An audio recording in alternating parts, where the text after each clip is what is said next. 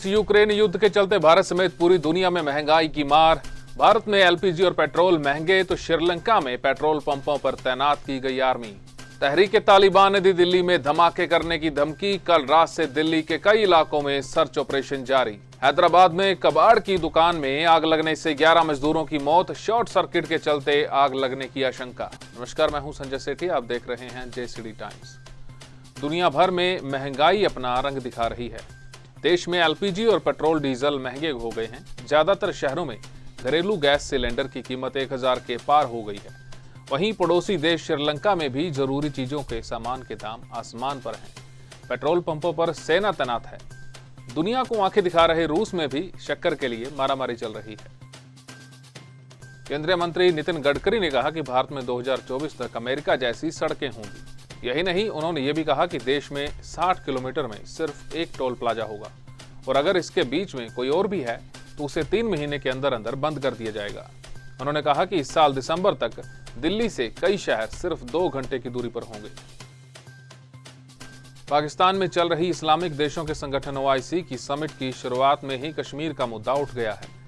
Summit का उद्घाटन करते हुए पाकिस्तान के प्रधानमंत्री इमरान खान ने कहा कि दुनिया में 1.5 अरब मुसलमान हैं, लेकिन हमने कश्मीर और फिलिस्तीन के लोगों को निराश किया है।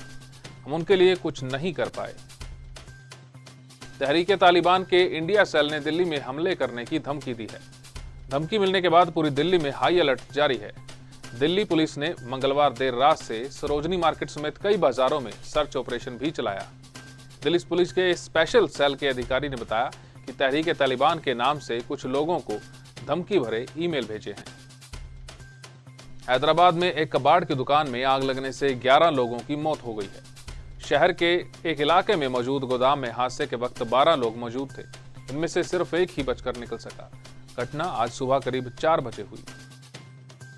कर्नाटक के हिजाब विवाद में फैसला सुनाने वाले हाईकोर्ट के जजों को धमकी देने वाला शख्स आखिरकार पकड़ा गया है। कर्नाटक पुलिस ने उसे तमिलनाडु से गिरफ्तार किया है। इस व्यक्ति ने हाईकोर्ट के चीफ जस्टिस समेत फैसला सुनाने वाले बेंच के तीनों जजों को जान से मारने की धमकी दी थी।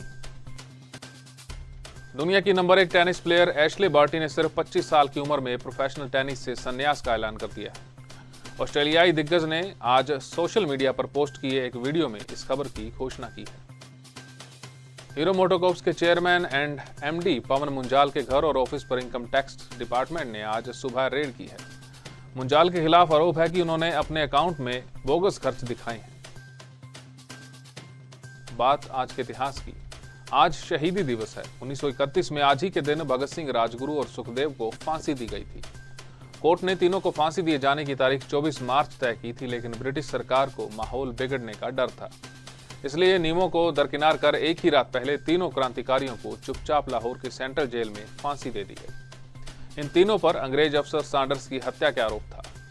28 सितंबर 1907 को पंजाब के लहरपुर में बंगा गांव में, जो पाकिस्तान में है, वहां जन्मे भगत सिंह महज 12 साल के थे जब जलियांवाला बाग हत्याकांड हुआ था। इस हत्याकांड ने उनके मन में अंग्रेजों के खिलाफ गुस्सा भर दिया। 1928 में साइमन कमीशन के खिलाफ हुए प्रदर्शन के दौरान अंग्रेजों ने लाठीचार्ज कर दिया। इस लाठीचार्ज में लाला लाजपत राय को गंभीर चोटें आई। ये चोटें उनकी मौत का कारण बनी। उसके बाद क्रांतिकारियों ने इस घटना का बदला लेने के लिए सैंडर्स की हत्या कर दी थी।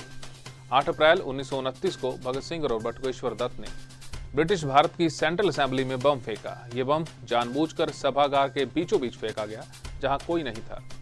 बम फेंकने के बाद भागने की जगह वो खड़े रहे और अपनी गिरफ्तारी दे दी। करीब 2 साल जेल में रहने के बाद 23 मार्च 1931 को भगत सिंह को राजगुरु सुखदेव के साथ फांसी पर चढ़ा दिया गया। हमारे इस खास पेशकश में फिलहाल इतना ही। देश और दुनिया की तमाम खबरों के लिए आप देखते रहिए जेसीडी टाइम्स।